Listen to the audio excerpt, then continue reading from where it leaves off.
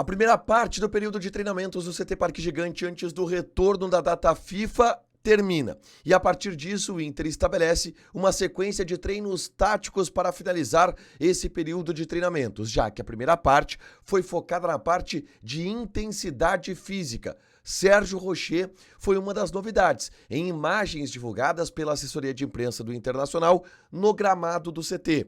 A gente fala também a respeito do gol marcado por Johan Carboneiro em amistoso da seleção colombiana. E, claro, a grande notícia do dia, que não foi nada boa.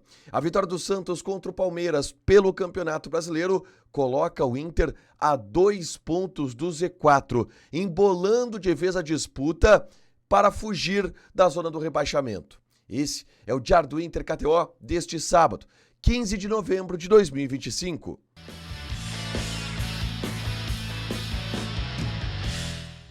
Tudo bem, gente? Obrigado pela participação aqui. Não esquece de deixar teu like, de inscrever, de ativar as notificações. Bora falar do Internacional aqui no A Dupla. Nesse vídeo, um resumo do que de mais importante aconteceu no noticiário colorado ao longo deste sábado. A gente começa falando sobre o dia de treinamentos do Internacional, que foi com os portões fechados, de novo voltado para a parte física dos jogadores, com alguns trabalhos técnicos também.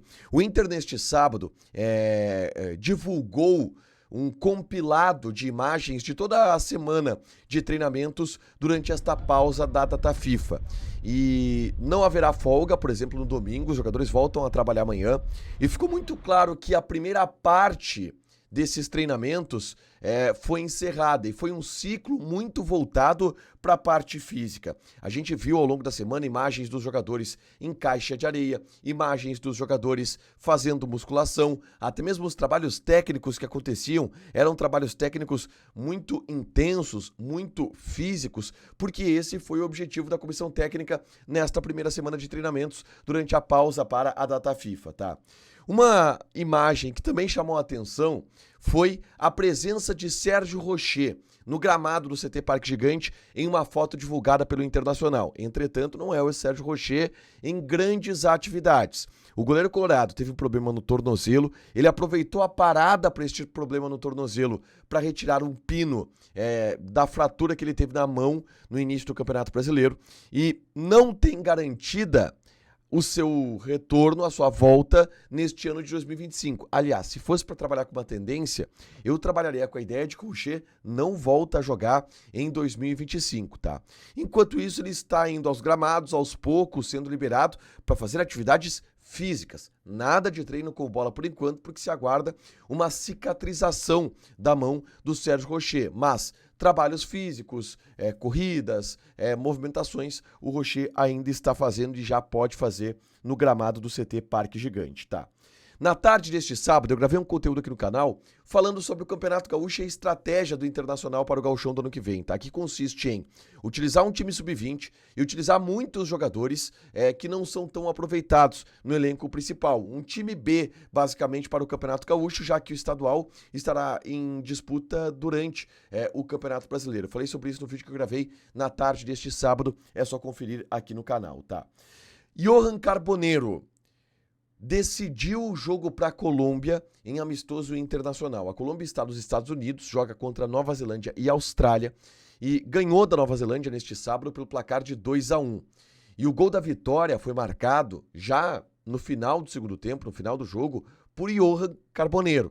O atacante colorado recebeu dentro da área, tocou na saída do goleiro, o jogo estava 1-1, ele entrou no segundo tempo e decidiu a favor da seleção colombiana. O Carboneiro é um cara que vem ganhando espaço na seleção da Colômbia, ele já marcou seu segundo gol com a camisa da seleção do seu país, não vinha tendo muito espaço, mas é um jogador que muito provavelmente estará na Copa do Mundo, e isso tudo, claro, valoriza um passe do jogador que não pertence ao Internacional, já que o contrato de empréstimo é só até o final do ano e o Inter tenta negociar junto ao Racing de Avejaneda a compra deste jogador em definitivo. O principal assunto do dia, ele não foi nada bom para o Inter, porque o Inter entrou em campo, mesmo sem jogar. O Inter entrou em campo com a camisa do Palmeiras, porque o Santos, adversário direto do Internacional na briga contra o rebaixamento, enfrentou o Palmeiras e ganhou 1-0, gol no final da partida do Benjamin Hohlheiser, e que coloca uma condição diferente na briga por esta fuga do rebaixamento, tá? O Santos subiu, saiu da zona da degola, foi para 36 pontos, colocou o Vitória no Z4 e o Vitória tem 35, são 2 pontos que separam o Internacional neste momento da zona do rebaixamento. O Inter enfrenta o Ceará fora de casa. Se o Inter perder para o Ceará, Vitória e Santos têm a oportunidade de ultrapassar o Inter com uma simples vitória e isso colocaria o Inter na zona do rebaixamento já na próxima rodada. O resultado, ele é trágico para o Internacional, a vitória do Santos contra a equipe do Palmeiras. E tem muita repercussão interna, porque não era um resultado esperado. Longe disso, todos esperavam que o Palmeiras fosse o grande favorito. O Santos foi lá, fez o crime e embolou de vez a briga para fugir do Z4. Para fechar, gente, vamos falar aqui de KTO, tá? A gente tem jogos nesse domingo por amistosos em todo o país e em todo o mundo, e a gente vai passar algumas odds aqui deste final de semana, em especial deste domingo, tá?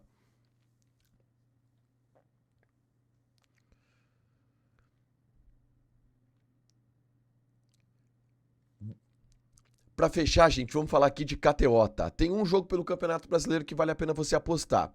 Bragantino e Galo. Odd do Bragantino 2.12, empate 3.15, Galo 3.7. Joga na KTO com responsabilidade, um site para você se divertir, proibido para menores de 18 anos, porque apostas podem fazer com que você perca dinheiro. Deixa o teu like, te inscreve, ativa as notificações, que vai ter mais conteúdo aqui no canal. Beijo!